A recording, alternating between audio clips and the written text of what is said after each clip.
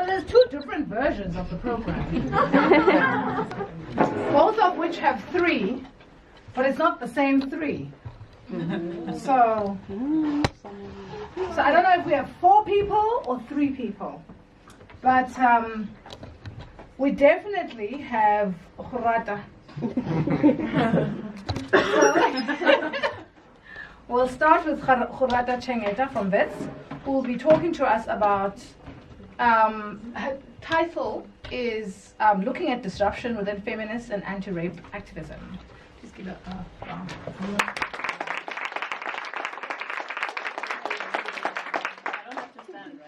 You can do whatever you want. Okay. As long as you project. I'm sorry, this is yours. I'm so rude. Does anyone know how to turn on the Okay, I guess I'm standing now.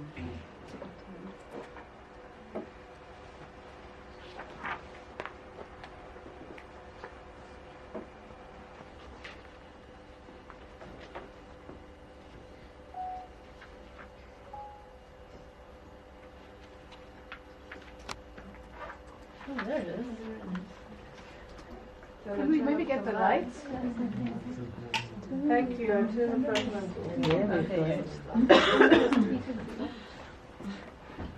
Hi everyone. Thanks for coming. So the title of this presentation is Disruption as a Method Within Feminist Activism in South Africa. For this presentation, I'm going to be speaking about a couple of protests, including RU Reference List, Remember Kwezi, as well as the disruption by UCT Trans Collective of the Rose Must Fall exhibition. A lot of my presentation will be about rape. If you're triggered, please feel free to leave. I'm not going to take it personally. I completely understand. Okay, so the first thing that I'm going to talk about is just outlining the focus of my paper. The focus of my paper is disruption within feminist protests, and this takes place for the purposes of this presentation. It looks at the university space as a place where this kind of activism that I'm talking about is developing, and a lot of my presentation focuses on rape. The reason I've chosen this is because rape continues to preoccupy feminist thought because of the relationship between rape and gender and rape engendering within our patriarchal society. So rape is understood within feminist thought to be an act of violence, an act of power, and one which is used to dominate or subjugate those who experience it. So, as it is often said within the feminist circles, the personal is political. And the personal is about power, because the political is about power. And so rape for me is an important aspect to study because of the way it illustrates how structural power influences something that can be a very personal experience of personhood. So the disruptions I have focused on have been often organized by Black, often queer women, both cisgender and transgender, as well as gender non-conforming people. Many of these activists have also been involved in the Fees Must Fall and Rose Must Fall movements, which is important to note because these movements and protests are all in conversation with each other. So on top of the similarities in protest method on occasion, anti-rape feminist activism and fallism are related because of the way that historically rape and colonization have gone hand in hand. As Professor Kola articulates in her book, Rape, a South African Nightmare, rape and colonization are very closely related. The root of today's criminal justice system, which we know so often fails survivors of sexual assault, can be traced back to Roman Dutch law, which the professor quotes, says, and I quote, is the same law that once labeled Black women unrapeable. So during slavery, slave women were raped by colonizers in order to dehumanize them, but also in order to maintain control over the slave population. This control was also maintained through myths about Black women, which depict us as hypersexual, and these myths are still prevalent today. So these racist stereotypes, which made Black women, as Professor Kola says, impossible to rape, creates this impression that Black women are impossible to rape in the sense that because we were because of slavery, we weren't seen as being human enough to have rights over our bodies. The first instance that I'm going to speak about is disruption as a resistance to institutional power. And for this, the first case study I've chosen is the RU reference list protest, a protest against rape culture which took place at Rhodes in April last year. The protest began after a list of names of male Rhodes students, dubbed the reference list, was circulated on social media. This list was believed by students to be a list of alleged perpetrators of sexual violence. Students responded by demonstrating on campus that evening and demanding responses from those who had been listed on the so-called reference list. The day following the release of this list, students decided to disrupt lectures. The reason for such actions, for this disruption, is summarized by Sipokazi, which is not her real name, but is a student that I interviewed this year in reflection of what had happened on campus since the protest. She said that the reason it was necessary to have this protest and to disrupt academics is because rape culture is a crisis, and the nature of the problem is such that business cannot continue as normal if the crisis has been recognized but is not being addressed. Responding to this list, the Vice Chancellor of Rhodes University, in an interview, describes the list as damaging and unconstitutional. In following statements, the university maintains a stance which called for students to use the systems that had been in place to report matters of sexual assault. Following this, they continued to dissuade those organizing around the reference list because although they did meet some of the students' demands, they could not concede about demands to suspend the people on the reference list because this was not in line with the Constitution. The insistence by Rhodes to follow procedure, to follow the reporting procedures, takes place despite the fact that in the weeks before the reference list protests had begun, the university had already been facing criticism from students for having an outdated sexual assault policy and for mistreating those rape victims who had tried to report their cases through the university's disciplinary system. The university, in further official statements, restated that they were limited by the Constitution and thus could not take action against the named students. The purpose of laws, those enshrined in the Constitution, is to protect people from experiencing harm, which includes the harm of gender-based violence. However, in South Africa and in many other societies, there are many barriers within the system which prevent rape victims from getting justice. The university disciplinary systems which deal with rape follow the same legal framework, and in this achieve similar results of having low prosecution rates and very low conviction rates. As students continued to protest around the reference list, they drew attention to this legal system's inadequacies, and in doing so, they introduced possibilities for a different type of justice.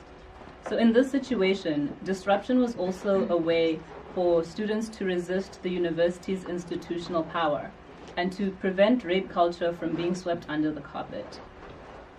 What the reference list also disrupts in our society is the systematic shaming of rape victims. Within rape trials, the burden of proof often falls on the victim, who has to prove that there was no consent. Mimicking this, in society at large, people often respond to rape accusations by asking about the victim's sexual history, their clothing, and their behavior. On a symbolic level, the reference list disrupts this and focuses on our attention on the role of the perpetrators, or alleged perpetrators. Instead of shaming victims, this feminist disruption redirects shame and places it back onto the perpetrators. In my second case study, I'll be looking at the importance of disruption as memory work. In July last year, the 1 in 9 campaign held a die-in exhibition outside of the Johannesburg court, marking 10 years since the Zuma rape trial. It speaks volumes that years after the 1 in 9 campaign donned kangas outside court to support the complainant, known at that time as Kwezi, this exhibition last year got very little attention. A few days later, just short of Women's Day, 4 women staged a protest in front of Jacob Zuma as he marked the end of the municipal elections. They each held a sign, Kanga, remember Kwezi, 10 years later, I am 1 in 3. Before they were removed from the front of the stage, they stood silently, letting the signs do the work for them. As their actions made headlines and dominated social media conversations, they pushed Kwezi's name and the rape trial back into the national conversation in a big way. One of the 4 women who protested, Simamkele Dlakavu, said in an interview that the peaceful protest intended to pierce the silence around rape through silent protest. As she points out, usually, rape is surrounded by silence. Rape silences those who experience it because it is a stigmatized experience. This is reinforced when people blame victims of rape for the rapist's actions, or make jokes about rape, normalizing it. These are exercises of power that are meant to shame victims, to keep them quiet. For women, silence about rape leads to what Professor Kola calls the female fear factory, the constant reminder that women are in danger and must protect themselves from rape, which makes us even more silent. On top of silencing women, rape culture insists that all of society remains silent about rape. As Professor Kola has highlighted, the silence around who rapes is a key part of rape culture. She says the only way to undo this is by unmasking the collective denial, the lie that we tell about how we do not know who is abusing and raping up and down the length of South Africa. We know who the rapists are, and when we say nothing, we are complicit in how they spread gender-based violence without protection. In maintaining silence about rape, keeping it hidden, discouraging victims from speaking out about their rapists, and insisting that people should only call someone a rapist if they have been found guilty by a court of law. Despite how courts have been shown to fail victims, we continue to perpetuate the problem. The silence of the 4 women who protested before the president is disruptive in that it shines a light on what we're supposed to have forgotten. Forgetting Kwezi is a deliberate result of patriarchal power. This is because rape goes beyond a single event of violation, which is why the term rape culture is so important. This term encapsulates rape's ongoingness, how it is maintained by society through people's beliefs and how they enact those beliefs. When we openly talk about rape without shaming those who experience it, that is a form of memory work. As feminist academic Sarah Ahmed writes, feminist work is often memory work. We work to remember what sometimes people would rather just recede.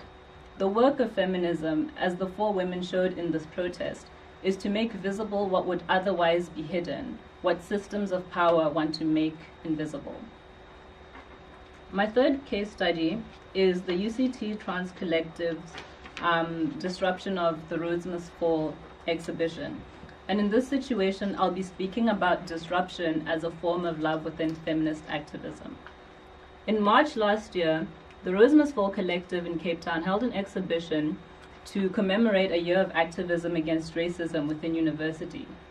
That evening, the Trans Collective, a group of transgender, non-binary and intersex members of Rhodes Must Fall, disrupted the exhibition, protesting against trans erasure, being excluded from the movement. They used red paint to display their presence, marking the photos exhibited with it and wearing the paint on their bodies.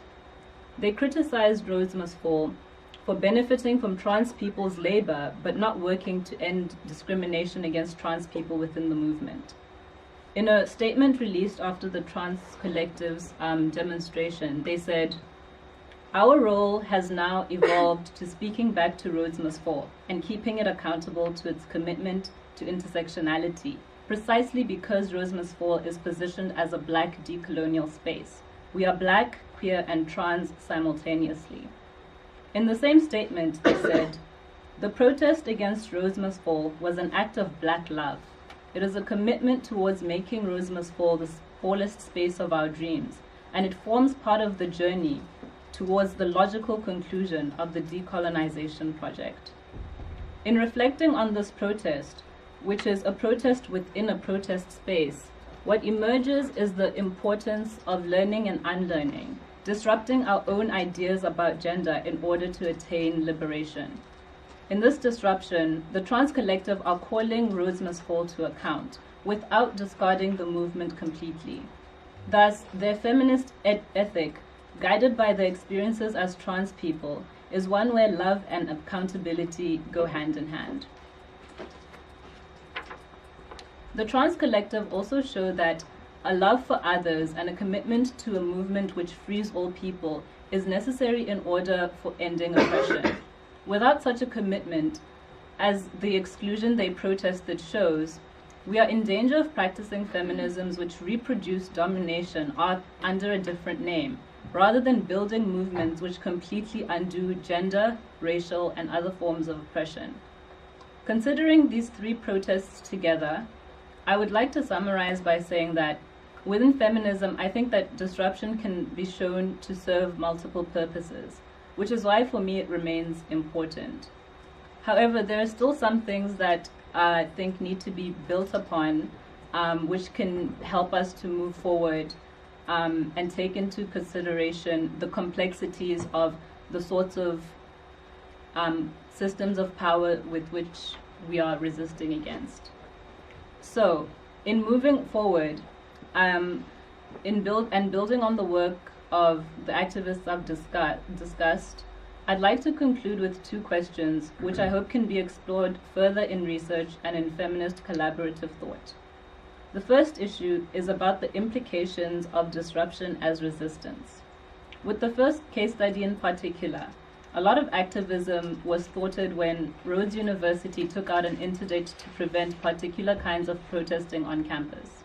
With this institutional response, as well as the threat of disciplinary hearings or exclusion by students who do protest, many students have understandably been dissuaded from protesting or traumatized by the impact of the backlash for protesting. In thinking about this, the next question which follows is, how do we build movements and continue our resistance in a way which deals with the possibility and the reality of institutional backlash? How do we do this particularly as people who are already marginalized, particularly when the institutions we come up across have easy access to systems which can harm us or quell our movements? The second concluding issue I'd like to speak about or ask about is the issue of gender and rape and the contributions to this discussions by trans feminists.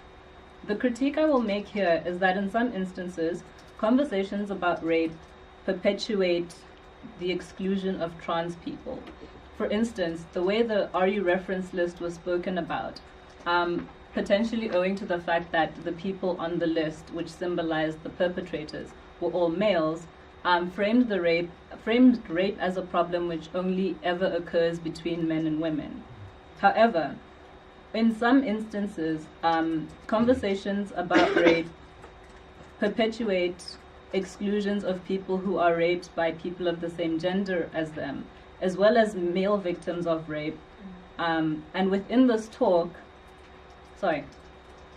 rape talk, the emphasis of men as perpetrators has been important because of the way in which how toxic masculinity has contributed to gender violence. However, with that said, I question whether some of the ways we talk about rape only reinforce the ideas of gender that oppress us in the first place. To speak exclusively of rape between men and women it erases the experiences of trans people as well as those who do not identify as either men or women. So I think that one of the challenges for feminists, particularly for cisgender feminists going forward, is to explore ways to disrupt the reinscription of gender norms when we talk about rape. In concluding, I would just like to invite everybody to engage with me on this issue. And I think in concluding, I would say that it remains important to continue to continue to disrupt gender as a system. But I think that from the sorts of lessons that we can take from the impacts of RU Reference List, Remember Kwezi, and the Trans Collective, it's a project that I think needs us to engage in unlearning gender hierarchies entirely, which already positions it as which requires us to be in the struggle for the long haul. Thank you.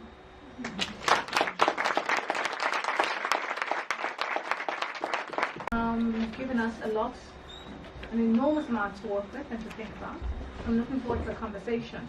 And this is where it gets a little confusing. So I think we have Ncube Gibson. Okay. Next, who will be speaking, whose title is Challenging Sexism, Misogyny and Censorship, a search for alternative spaces for feminist discourses in Zimbabwe. And Ncube Gibson comes from Stellenbosch.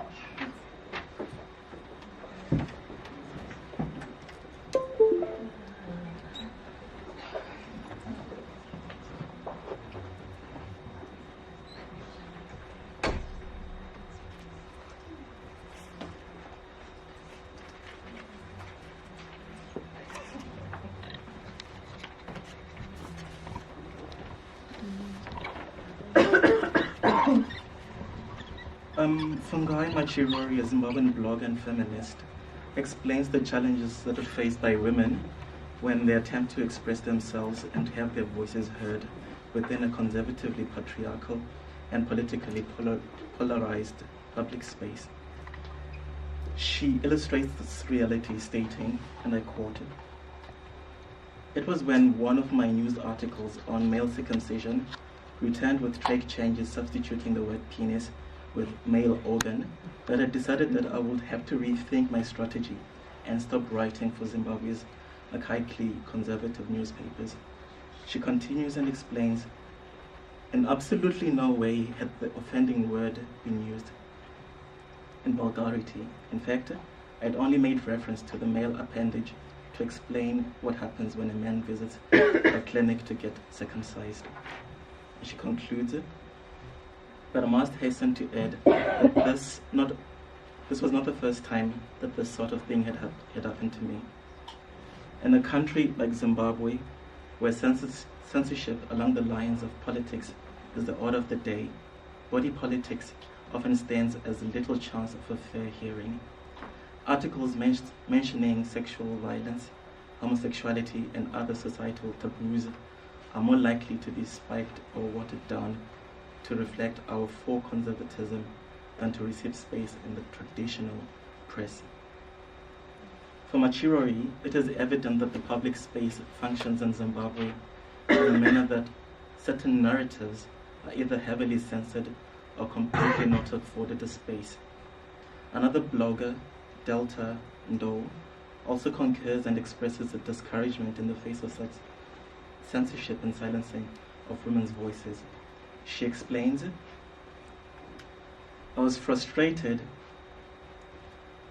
by many things, but especially by the fact that the concerns of women were never prominently placed in the mainstream media or any public social discourse.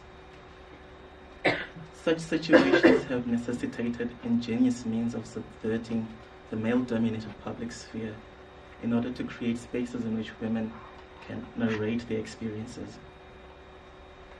In this presentation, I will examine the virtual spaces that Zimbabwean feminists have devised to counter the hegemony of the male-dominated public sphere and traditional forms of media. The proliferation of the internet has made it possible for communities of feminists to converge in online spaces such as Twitter, Facebook, blogs, zines, and magazines. The overarching argument I make in this presentation is that online spaces make it possible for the discussion of issues that are either censored and ignored by mainstream media or sidelined in the public sphere. The presentation will ultimately question the limits to which these new virtual spaces are inclusionary rallying points that counter the patriarchal and often sexist blind spots that are replete in the traditional public sphere and mainstream media. Monroe affirms that the increased use of the internet the world over has provided multifarious possibilities for feminists. She explains that the internet functions both as a forum for discussion and as a route for activism. She calls this new generation of feminists who have made recourse to the internet and other online communities as the third wave of feminism. In Zimbabwe, as is the case in other countries in the global south, the internet is progressively becoming ubiquitous to the quotidian experiences of the citizens of the continent. The feminist principles of the internet, a document developed at the Gender, Sexuality and Internet meeting of 2014 states that, and I quote, "The internet is a transformative public and political space. It facilitates new forms of citizenship that enable individuals to claim, construct, and express themselves, genders, and sexualities. This includes connections across territories, demands for accountability and transparency, and significant opportunities for feminist movement building." In her analysis of the effect of the internet on feminist movements in Zimbabwe, Machirori explains that the idea is to give young women a space to express themselves, meeting what is commonly referred to as strategic needs rooted in rights and expression. Somolu concurs with these thoughts, attesting that the internet and other information and communication technologies have the potential to support the economic, political, and social empowerment of women and the promotion of gender equity. She concludes that, and I quote, "Its true potency lies in its ability to give a voice to the previously unheard and provide them with the tools to connect with others who share the same concerns, providing them with a platform on which they can map a strategy for raising quality of women's lives in Africa. The disruptive power of the internet lies in its ability to dislodge the patriarchal authority which pervades the public sphere and the traditional forms of media. This is done by resignifying how and who disseminates information and narratives. As opposed to the traditional media, governed by sexist gatekeepers, the virtual spaces of the internet present spheres in which feminists can create and disseminate their narratives without having to get the approval of editors who dictate the form of content that can be made public. More than simply challenging the rampant sexism and censorship of feminist voices within the wider public sphere, the internet is important for the manner in which it allows feminists to create archives of their own experiences and narratives. Moreover, the internet makes it possible to begin to imagine the creation of an archive that documents not just the trials of women and feminists, but also makes it imaginable to put into action what Michel Foucault terms un système de pensée, or a system of discursivity, that allows for the establishment of what is known, what is knowable, what is sayable, and what can be said about the experiences of women. I briefly move on to describe a few examples of online spaces used by feminists in Zimbabwe.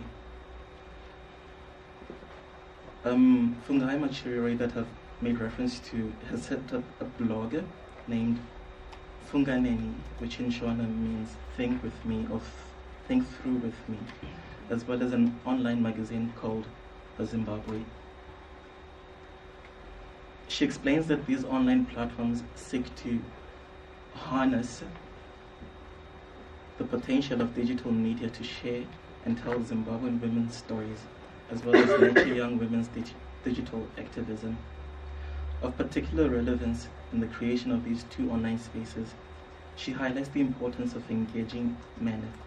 She explains in this regard that as women's issues cannot be separated from those of the men with whom they coexist as partners, relatives, friends, work colleagues, the Her Zimbabwe website features a His Zimbabwe section, which allows men to express their viewpoints and stances on issues to do with gender and equity. The main characteristics of Funganeni and Her Zimbabwe are full-length articles that afford readers the opportunity to engage with the different blog posts and articles featured on the two spaces.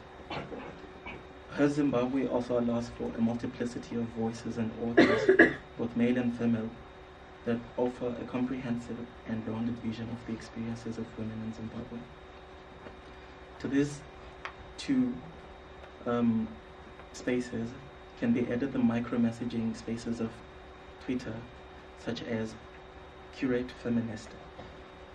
Curate Feminist allows a woman each week to make use of the Twitter handle to share or to curate her own experiences and engage with other women on Twitter. Curate Feminist works hand in hand with other initiatives such as the Research and Advocacy Unit, Batana, and the Women's Coalition of Zimbabwe. Twitter as a discursive space allows women in Zimbabwe to engage with women beyond the geographies and confines of the country. Loza explains in this regard that social media has made it possible for women of color to speak to each other across borders and boundaries. Loza concludes on the vast possibilities of #feminism afforded by Twitter, and I quote her: "We share frustrations, triumphs, and failures. Many of us have been fans of each other for many years, but have never met face to face. We create our own safe spaces when the safe spaces created by others fail. We mount up against internet trolls and lend emotional support and publicize people and projects generally overlooked by popular feminist outlets." As pointed out by Loza, the internet poses a space of creating narratives that are not given a proper space in the mainstream public sphere and media. Another important feature highlighted by Loza is the manner in which the internet has ushered in new waves of feminisms, which generate new virtual participatory cultures. Drake and Zobel attest in this line of reasoning that, and I quote, "Feminist movements make use of their own media for information and as a means of mobilization. In addition, the media form a platform for criticizing the dominant structures and the contents of the mainstream media." In spite of the diverse potentialities offered by the internet in creating alternative spaces and challenging sexism, it is important to also discuss the limits of these visual spaces. Although Loza, as I previously cited, refers to the creation of safe spaces online, it has to be emphasized that there are new forms of bullying that have emerged online, especially against women. Cyberbullying and cybersexism are indeed rampant in online spaces. If, according to the United Nations Broadband Commission, almost 75% of women have endured some sort of cyber abuse and violence, then the safety of women continues to be a serious issue, whether it is online or otherwise. Although somewhat safe from physical violation, women are not really safe from the verbal and emotional abuse at the hands of bullies and trolls. In her analysis of the limits of the ICTs and the feminist movement in Zimbabwe, Machirori clarifies that to be effective, movements making use of digital technologies must be practical. In other words, they must meet the feminists at their point of need and be able to offer something of meaning to their plight and causes.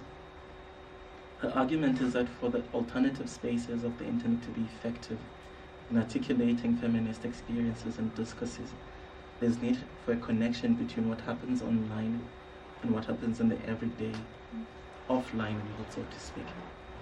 As long as there continues to be a discursive disjuncture between the online and the offline spheres, then the effervescence of being woke online will by and large remain useless. I say this because the real gains that have to be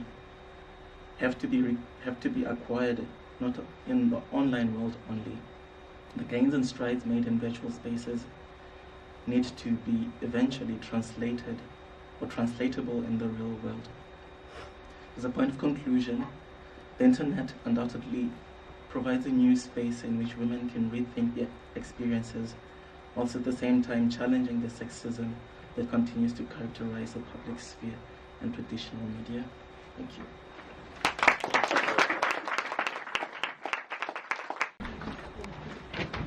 Nyiko Shikwambane, who will present, whose presentation is titled Hashtag This Is My Vagina, a political peer sexual education program. And Nyiko is from Wits. What's going on?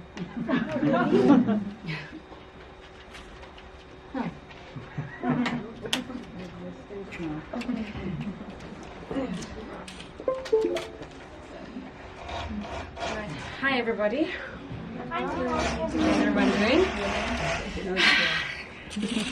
Yeah, I just want to lift the energy up. Can we play outside? Yes. Yes, okay. And talk about sex. Of course. And I think, thank you to the curators. This is my first time presenting an academic paper. My throat is like dry all of a sudden. And I think it was really nice how this was arranged, with Gorata speaking on disruption in feminist protest, and Gibson then speaking on the internet as a space, you know, for feminists like activists to use, you know, yeah, that kind of stuff. And yeah, okay, cool. Let me just open this. I didn't prepare a slideshow, so I'll be flipping through pictures. Not really that much. I just want to show you because when I wrote this paper for Organize, of course, Sentiments, Sensations, and Feelings, and there's been developments on what I've been writing about. So there's just a couple of things that I haven't really included into the essay, but like maybe you'll write it with me, Ebo, and you let me know what to do. Let's just trying to see which image is which.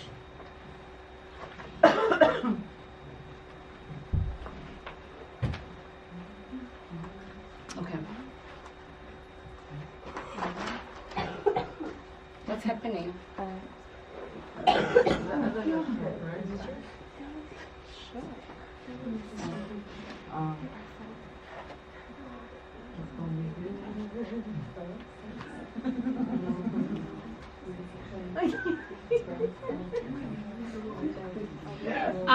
So I liked how, just want to respond to how Gorata was speaking about the disruption and, you know, so I think alluding to the strategy of rape for feminist activists, right, and the discourses that come out of that. And then, so there's also the flip side, right, and the conversation of sex that happens within political organizations because people have sex, right? And so, yeah, so the kinds, okay, let me just get into it actually. Okay, so on the 23rd of April 2017, the then Economic Freedom Fighters Student Command spokesperson and feminist activist Naledi Cherwa addressed an auditorium of young women at the University of Limpopo. The women of the EFF Student Command branches in the Limpopo province give out sanitary towels and condoms to students on a monthly basis to put pressure on relevant stakeholders to provide sanitary towels in all public toilets, primary schools, high schools, and institutions of higher learning. And a video of her presentation was then shared on Facebook, Twitter, Instagram, and has a tallied viewing of over 25,000 and counting, because of course sex and the erotic generally attracts that much attention. And various responses and comments can be found under the hashtag This Is My Vagina. So I just want to play a short clip of the video so that you have an understanding of what transpired. This is my vagina. Vagina.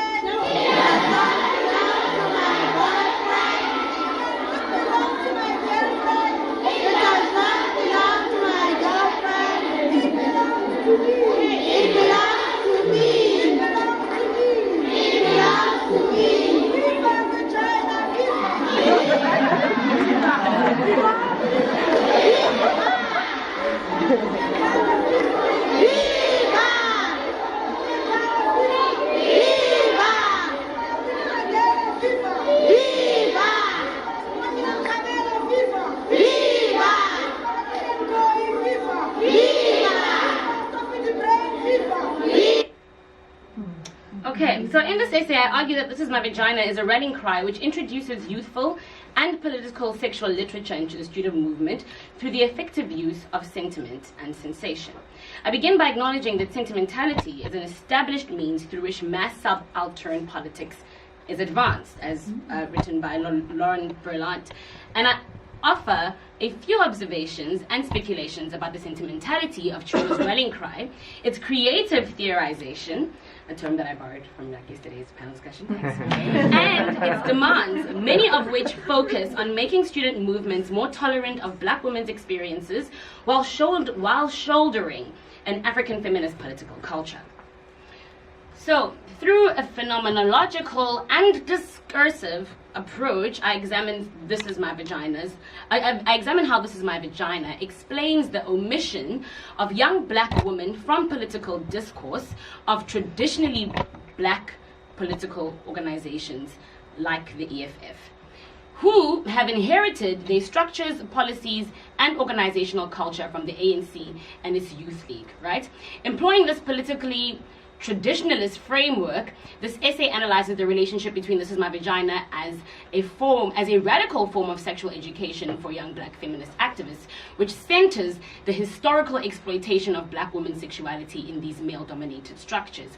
And so I want to use this or describe it as a sexual education rather than a protest or a disruption, because if I explain it as education, then we can see how it sort of forms a public or forms and creates its own audience that is learning, and because that's kind of what I'm focusing on rather than a protest, because I'm not really engaging with the powers or the structures that be within the organization, because they don't really respond, they keep quiet, right? So education rather.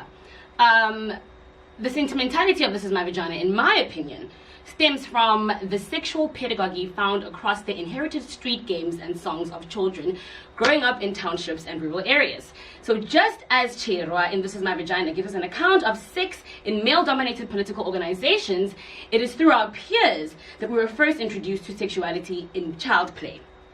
Pentiwele, pentiwele, saka saka witopele, wala shemulenze iyo pentiwele style. So, although these games can be interpreted and critiqued through different modes of analysis which could draw just as many conclusions and meanings, because the meanings have changed over the years, the point of this essay is not so much about decoding the sexual insinuations of these childhood songs as secondary literature, but to demonstrate the existence and the sentiment of this pedagogy and how it reemerges through digital media and the new age in student feminist political rhetoric through This Is My Vagina. So much like in history, the movement and the relevance of struggle songs as oral tradition remains the most effective way to communicate new and old demands. It is through the oral cultural tradition that a new agenda finds resonance with the subaltern, right? So the struggle songs then move from rural areas into townships, into the cities, into the universities, and then made its way into contemporary student politics. In this essay, I argue that the sensationalism of This Is My Vagina is consistent with this historical pattern in how the childhood street song has now transformed into a rallying cry for women of the student movement. Chirwa ends her presentation by requesting that the woman repeat after her in a call and response improvised protest poem, right? In the background are boxes of always ultra sanitary pads and food parcels. She uses the lecture room as a performative space through her voice in simple language, emphasis and facial expressions while gesturing to her pelvic region. Her demeanor is youthful, familiar and reminiscent of the games played by young girls in townships and rural communities. Chirwa's call and response also alludes to the different ways in which institutions like the family, the lover, and the political party can lay claim over her body. But my focus here is on the political party or organization, wherein a sense of family through political ancestry and the lover can also be found, right? So this intimacy is seen here as a transfer point of liberal forms of power in the contemporary world, where this intimacy and sexuality commingle both in subtle and virulent outbursts take form. This, I argue, is indicative of struggles that are twofold in the South African public. Firstly, the idea that a woman's body belongs to the community or political organizations and how members feel entitled to women's body and sexuality. And secondly, the underlying issue is how this presentation brings to question her experience working within a male-dominated political structure. Chirwa now first appeared in the Fees Must Fall leadership on the Fees Must Fall leadership scene at the University of Pretoria. She was 5 months pregnant and an active member of the EFF when the protests first spread across the country. I just want to show you a video of her while pregnant, leading protest. I wonder if you'll be able, it's not extremely clear, but just know that she was pregnant at this time.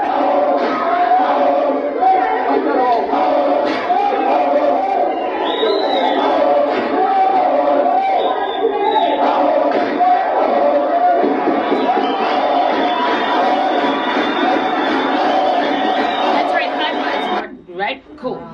Now, so there are a number of images and videos, including these ones, of her leading struggle songs and dance on top of stages and desk counters during her pregnancy. So her student activism, from its inception, was marked by her sexuality, right? With many policing her presence in, the space and while she was in her second trimester. So in This Is My Vagina, Chirwa expresses her frustrations with being sexually harassed by her political family, which reproduces masculine dominance in cultural and intellectual practice. Additionally, Chirwa's utterances disrupt the passing down of this tradition to her male peers by example and widespread complicity. So the sexuality of young black women is often ignored as agency, and it is often muffled by threats of rape in public, the threats of rape in public as well as in public discourse. I need not discuss South Africa's high rape statistic for the purposes of this essay, but I only ask that you bear this foreboding in mind, the state of affairs in mind, right? So I now turn to some of the responses to This Is My Vagina and the slut shaming that Chirwa experienced. Responses to This Is My Vagina and how This Is My Vagina became her messaging and the image of black female. So the slut shaming of Chirwa's messaging and the image of black female sexuality. So this analysis then reveals how patriarchal masculinity often analyzes black women's sexuality without regard for the unique social, political, and phenomenological contexts. In an interview with Apelele Somi on Power FM lunch show about This Is My Vagina, the lady explains how important it was for her to outline the politics of her female body and the vagina in particular, because black women are taught from a very young age not to own their bodies in religion as well as in education. We are taught that our bodies don't belong to us. We are always taught how to react or how to perform in these bodies. Taking back our bodies and saying it aloud is very important psychologically as well.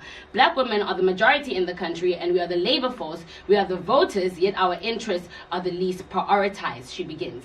We are constantly anxious as black women. We keep our relationships and marriages alive through our bodies, and it's a debilitating circumstance.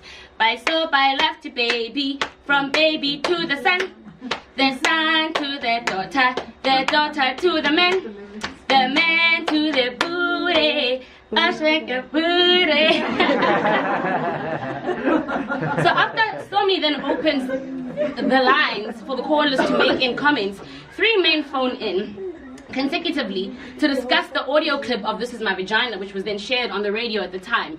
A Tabang from Pretoria calls in to speak about how he was just listening to children who were saying, "This is my vagina, it does not belong to my family and I could give it to whomever." Chirwa addressed a group of predominantly young adult women. However, the tone with which she performed the exercise exemplified a young girl conducting a kind of peer-based education. And there is a stark contradiction here, because Chirwa veils the sexuality of young black women in a childlike tone for the consumption and the messaging. But in so doing, she destabilizes the myth of the innocent asexual girl child entering the university institution. We Okay, we have the responsibility to take care of our children. Says the concerned Tabang, ignoring the actual adult status of the voices in the clip. Next on the line was Sipho from Wycliffe, who expressed his concern about the statements giving underage girls license to do as they please, considering the high rate of teenage pregnancy in our high schools. These comments demonstrate how politicized and misheard women's sexuality is, generally. Chira referred to the agency over her own vagina as a personal relationship and not one that must be directed at anyone else, neither man nor woman, right? Instead, her assertions motivate for both a self-gratification and self-stimulation over promiscuity. As a matter of fact, this reading... sorry about that, I lost my place. As a matter of fact, this reading of her statements would be more improbable in a society where male masturbation is vindicated in comparison to black female sexual agency, with its alone self-stimulation. The Sesetu video is a good case in point. The video depicts a 14-year-old girl masturbating confidently in her room to an innominate audience represented by her camera lens. This hashtag trended for numerous days on social media because people were trying to find the link so that they could see this video. A displeased Luvo from Midrand told Power FM listeners how embarrassing and shameful the video was to Sesetu's family and how this girl should respect her vagina as the owner of it. Luvo pays no attention to the different objectives behind the circulation of both these videos in response to "This Is My Vagina." On the other extreme is the perception that the tone of this feminist ideology is a frightening deviation that should be seen as an abomination without taking into consideration the larger structural institutional framework. This strain of thinking denies the alternative consciousness, right, or the counterintuitive, sort of like that's born out of lived experience.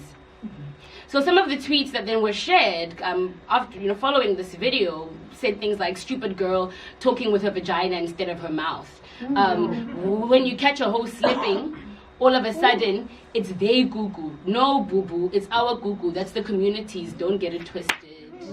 At this point, I want to demonstrate how "This Is My Vagina" allows for young men in political structures who often see social activism as a pathway to upward mobility and wealth, how they realize how their recognition of struggle is indebted to the patriarchal history and traditions. Nevertheless, it must be emphasized that a common thread runs through both the more modest and more radical critics of "This Is My Vagina." Women's issues within black communities have not historically been accepted as significant aspects of racial, political, and economic struggle. But while "This Is My Vagina" succeeded in getting the attention of rigid fathers and young men who represented the worst trends of the patriarchal order, others were inspired by the hashtag to respond in solidarity. Kamvelihla Gova, a student of the Fees Must Fall movement and a member of the EFF, wrote a lengthy Facebook post saying that that all men have been ruined by patriarchy, and if we're to be honest about reorganizing society, we must be at the forefront of the justice that is in the feminist ideology, even inside our own social activist spaces. Goba says "This Is My Vagina" must question the ethic of branches being run dysfunctionally by those who claim to be our leaders, who sleep with our sisters, promising them positions. Here, Goba resonates with Povinelli, I think, when he argues that love, intimacy, and sexuality can be about things like geography, history, culpability, and obligation.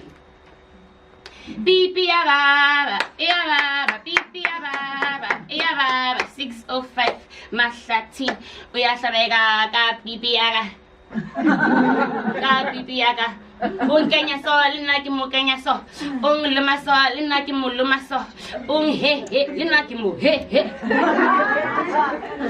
Men who occupy leadership spaces in political organizations are notorious for being entitled to sex from women of the organization. This is an old tradition that goes without saying. At the University of Witwatersrand, male members would count how many women members have joined the organization by reflecting on their sexual histories, right? This is literally, this is what happens, right? So depending, all your lovers join the organization or join the branch. If you're seeing someone, if you're courting someone, your job is to get them into the branch. And that's basically that system, right? So this is why vagina has interrupted the business as usual attitude about gender politics that cis heterosexual men in political parties have ingrained in their cultural practice. This is my vagina suspends this culture as a pathway to women's justice. Goba goes on to question the ethic of married office bearers who bait student leaders as a thrill to laugh about post-meetings. Phrases like, "you cannot eat with the leadership in the same bowl," are widely circulated among young women among young men about the women of the organization. My point here is to demonstrate the set of allegiances to my point here is to demonstrate the set of allegiances to a moving and contested set of qualities and stances toward normative masculinity and sociality. I agree with Sylvia Tamale when she says that such approaches are myopic and dangerous as they create an extremely restrictive framework within which African women can challenge domination. But This Is My Vagina exposes the corrupt relationship between sex and power and political structures that reduce women to collateral in their cultural practices. It is fair to say that most black female students have had a hard time identifying with the current wave of feminist activism, and it does not have its own formal structure and so must exist within misogynistic institutions at the moment. But the close connection between gender, sexuality, culture, and identity requires that we work within the specificities of culture to realize our goals. Here, without the sexual political education of This Is My Vagina, black girls will continue to experience confusion and fear about contesting power in certain political organizations. Tamatiso, aso, so, unkisaka, na, khake batli, ontakala, masit, ake batli, elisake, ake, keke. It is true, there is a long history of black activism, either repurposing university resources, pedagogies, and epistemologies to instruct themselves on one another. In This Is My Vagina, we see a distinct contrast from what Robin Kelly purports in Black Study and Black Struggle. He argues that the university curriculum may trick activists into adopting the language of the neoliberal institutions that they are at pains to reject. It is appropriate to note that this essay suggests that This Is My Vagina has the effect of a peer-based political sexual education program that gives agency to black women activists in the student movement. Although this work is located in the university, it is not of the university and must be recognized as the work of student activists. This Is My Vagina challenges us not to sever sexuality from our political and intellectual lives, and the omission of sex and romance in political organization is a reflection of the sexism that accords power and status within these organizations. And because the ageist then sees the young woman in stereotypes, right? They're temporal, they're malleable, they're talkative, they're vulnerable, and they're lacking in skills and have little redeeming social value. So the effect of the hashtag then insists on organic responses from women in the movement to immediate situations of thinly disguised misogyny. The lesson demands that feminist ideology be properly inculcated into the fabric of the movement and leadership capacity, and the spontaneous action allows for specific interventions in the marking of the different moments of one political process. Okay, I was going to speak on the development, but I think I must just, because I have no time to read the end of the essay. This Is My Vagina tributes the intersecting race, gender, and class identities that inform black women's sexual experiences and the differentiated forms of homophobia and misogyny in black communities. When Chura says, "It does not belong to my girlfriend," she goes further than gender parity by drawing attention to queer politics and traditional organizing spaces, although it ends there, right? I do think more can be done. So in this article, I have argued that This Is My Vagina exhibits the sexualities of young black feminist activists in the student movement who are members of formal political organization. Specifically, I demonstrate the history of peer sex education through childhood song and play, the peer and senior sexual harassment in political structures, the need to encourage the expression of black feminist sexual agency, and how this effectively subverts the patriarchal ideology of popular political culture. of popular political culture. So This Is My Vagina then reveals the ideological crevice of the student movement, the culture of formal black political structures, and what I believe is an opportunity in sexual political education among young women activists. This hashtag is a subversive and counter-hegemonic or counter-intuitive discourse that enables young women to negotiate agency, providing an example of how women can shape political cultures of their own in contemporary politics, but however, this requires a violation of entrenched misogynistic cultures in a sentimental and analytically powerful rage, and a sacrifice of the short-term coalition building to a politics of the long haul.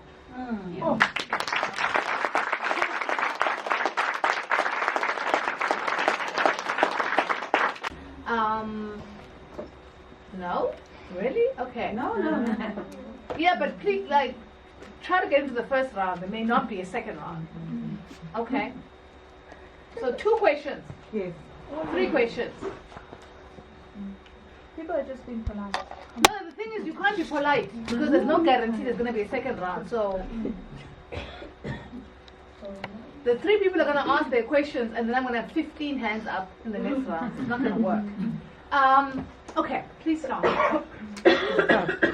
I think mine's more of trying to link this is my vagina hashtag to what Gorata said when she ended off her talk, in that how a lot of feminist discourse is largely exclusionary when it comes to trans bodies, right? And so interesting, like I thought of the this is my vagina hashtag when Gorata made her point, and I didn't know that like we're going to speak about that because I think over the past couple of weeks. Can you?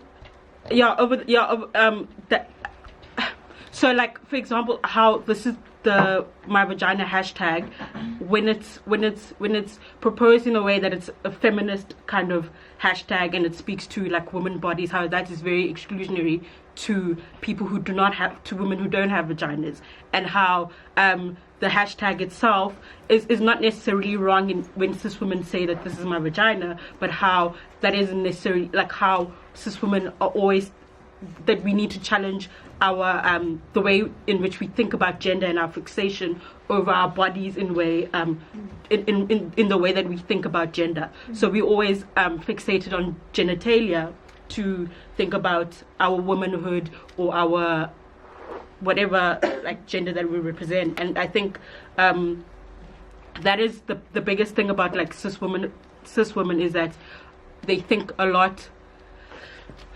Okay, I think it's clear. Yeah. Okay. So there's a second question over there at the back. Thank you so much, all of you. My thing is words. This year, we are trying to be better at a thing I've taken to this year. Mine is words. So, Gorata, for me, my word for you is allegedly. You had this great piece on rape, and then somewhere you said you allegedly raped the person at Rhodes. For me, I'd like to challenge you to take that out. In all our news reports, we hear allegedly raped, allegedly choked, allegedly whatever. I'd like to challenge you to take that out. Then for my coming from his Zimbabwe, her Zimbabwe, I noticed there wasn't an our Zimbabwe. So even in that space, they really now, there's those clear parities. And I noticed that because there was the use of English, and I noticed that, or at least in my language, we actually don't have gender identifiers in most parts, so I thought that was interesting. And for somebody who's deep within digital marketing and digital media space, how the sites themselves actually, I don't know how many of you notice one of Lisa's patterns on social media, for example. She's suspended and then she's back, then she's suspended and she's back, so she'll have 2 accounts so that when account A is suspended, she can communicate through the other. And Twitter recently had this thing that Twitter's an easy experience for you now, Twitter should be so great, but a lot of black bodies speak about the space and say, no, actually, my oppressors, my people are still comfortable on Twitter. I'm the one who gets suspended when I say that white people. So, for example, that was the one thing. And then a note was that at some point you said pelvic region when you had a whole presentation about this is my vagina. And she says, now let me know she's the pelvic region, which made me chuckle because it reminded me of how the Zimbabwean people said male organ.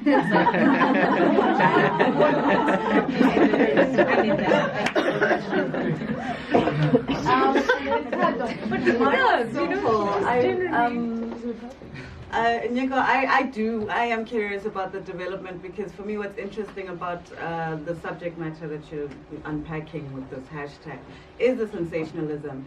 And I was thinking that perhaps it is in those moments of public sensationalism on platforms, broad radio and social media, that perhaps we, those who, if we stand in solidarity with activists, we can amplify the voice of solidarity. So I'm quite interested to keep following the developments of this hashtag in order to perhaps enter the discussion myself. I think sensationalism sometimes can work in our favor if we, change the tide by really just also hashtag my vagina or whatever. I mean, it's a simple strategy, but I think sensationalism points that out to us. Yeah. Okay, thank you.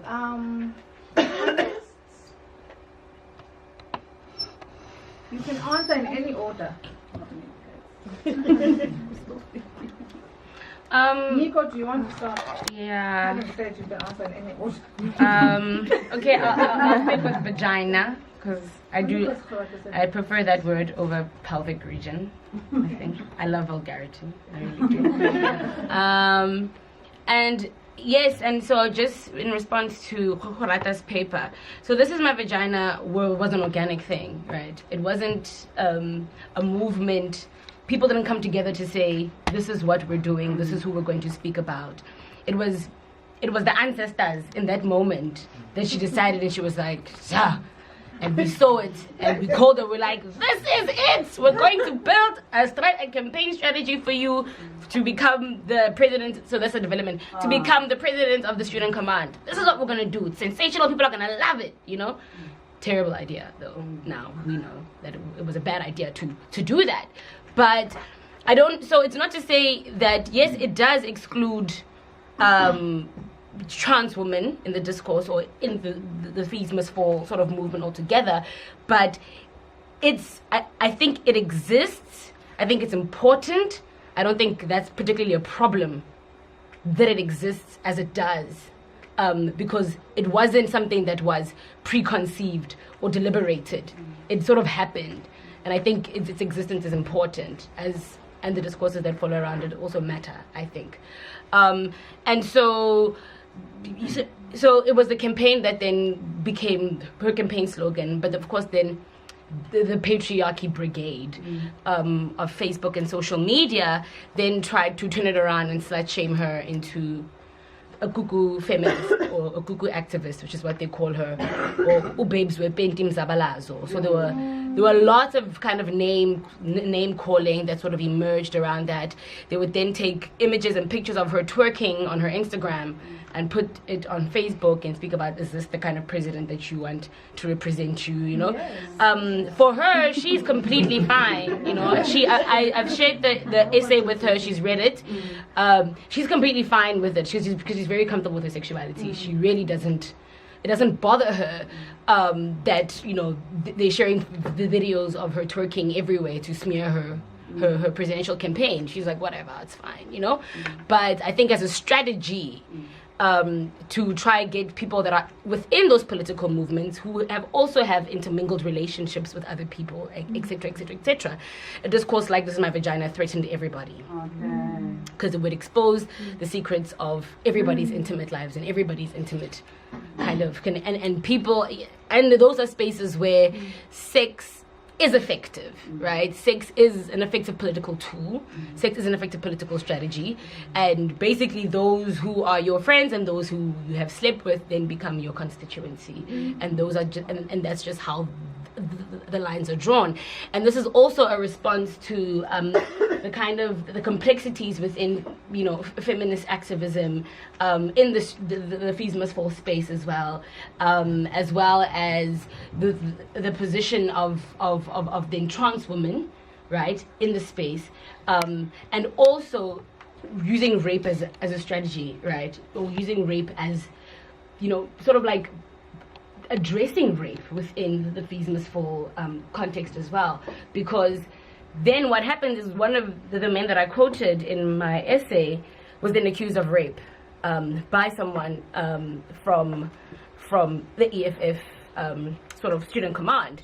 And then the responses to that was then again another Facebook smear campaign, because now we live in a world of Facebook politics and Twitter politics, and it's a real thing. You know what I mean? It's a real thing. Yes, it doesn't speak to the whole country, but those people that are active on the internet, there is a thing called Facebook politicking and Twitter politicking, and it's real. And so there was a whole other backlash smear campaign of the feminist brigade as being called witches, who seduced the leadership with sex and use abortion as initiation practices, and they masquerade. Yeah, they are witches who masquerade as radical black feminists. So now that's the whole kind of thing. Oh, and they are funded by our enemies in London and Europe to destroy the movement. So I mean, woo, it's a lot. It's so much. And that's kind of like what's happening right now within that. Of course, then centering "This is my vagina" and a lady as the main vagina cuckoo activist, who then, you know what I mean? So that's basically where is Anna? Sorry, my bad. The other panelists? I agree with the point that she's made on splitting, for example, the Hair Zimbabwe website to her and his, because even in a country as homophobic as Zimbabwe, you have various forms of gender and sexual expressions that do not neatly fall into the his and the her. And relating to the question of language, I'm not too sure about Shona, but in Ndebele we don't have gender-specific words for his or her, and I'm not too sure if they would have been able to use such in their website. Okay. On the use of the word allegedly, I think it's a really great point that you brought up, because it speaks to the first concluding question I had, in that I'm a person who believes survivors, victims, or however people would like to identify. And at the same time, I know that, and from my activism experience, that the laws that are used to maintain rape culture and to protect rapists can be used against me for my activism. So my intuition to say allegedly is not because I don't believe people. It's because I don't want to get sued because it's being recorded. Yeah, it's illegal. So in that sense, I think it's kind of like a real life demonstration of that tension of wanting to be, let's say, not necessarily radical, but to fulfill the thing you believe in, but knowing that there are dangers when you're a marginalized person in a particular way, and it's a tricky thing to navigate.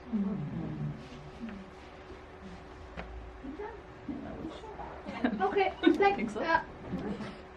I have one question to quickly. There are lots of hands up now. I know. Hang on. I didn't say we're closing. I don't know why people are fighting with me. I didn't say anything. I said in a certain direction. There's 3 hands up, and then there's 2 people fighting with me. I'm like, why are the 2 people already fighting? I haven't said, no, you're not fighting with me that night. No, the people with the hands up aren't the people fighting with me. Yeah, people just.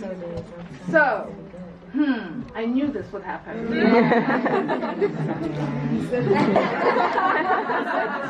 I wonder now. Mine is a very quick one. It's to Gorata.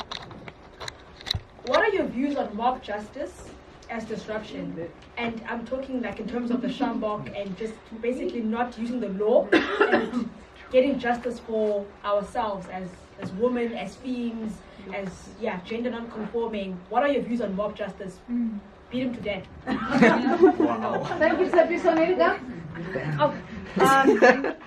Okay, the question about the internet being a place of possibility for women, right? And as somebody who started an online magazine and as a woman who grew up in Zambia in a very rural place, it does open up many things for us, right?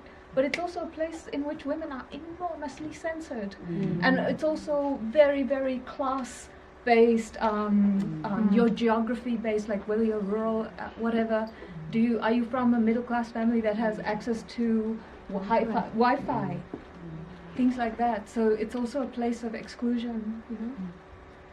Thank you, Nelika. Then yeah, I don't normally just get involved in difficult conversations online because also people can be quite cruel, right? So I'm always and also, but that thinking in your comment and on following Gorata's on this is my vagina as not inclusionary. I recently counterintuitively disagreed in the sense of often we think of inclusion as what is transformative, but also then we get trapped in this idea that some people have vaginas and some people don't, and then so therefore by saying in the sense that, and so we're stuck in a binary where where the body can look, vaginas can be various in a continuum as non-vagina. So I mean, so even how we understand the body then gets contained within, or what's inside the body, or what leaks out, or what shape is.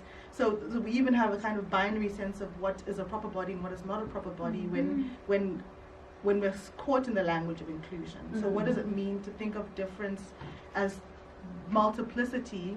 And then the vagina for me, while it's material, it's also symbolic of a general culture that denigrates this part, right? So how do we have that conversation in a way that is distrusting of, if it's still distrusting, I don't trust anything. So I'm not saying then we trust it, because I don't trust anything. But how do we then unhabit from binary forms of thinking, even as we try to do the unhabit by binary forms of thinking, and read it in that situation, and then here comes the question. I was told to be brief, but I failed. So what happens when, because if something, my sense is then this Naledi's reaction was responding to a context, a situated context, and so it can be read in that situation. What happens with the hashtag is that it travels, and then we could all say a feminist hashtag, which happens with most hashtags, right? So the context disappears, and then when the context disappears, the set of relations that inform what happened in that relation disappears. So the making of a sensation makes it possible then for it to transfer with all of the exclusions that are inferred precisely in the critique.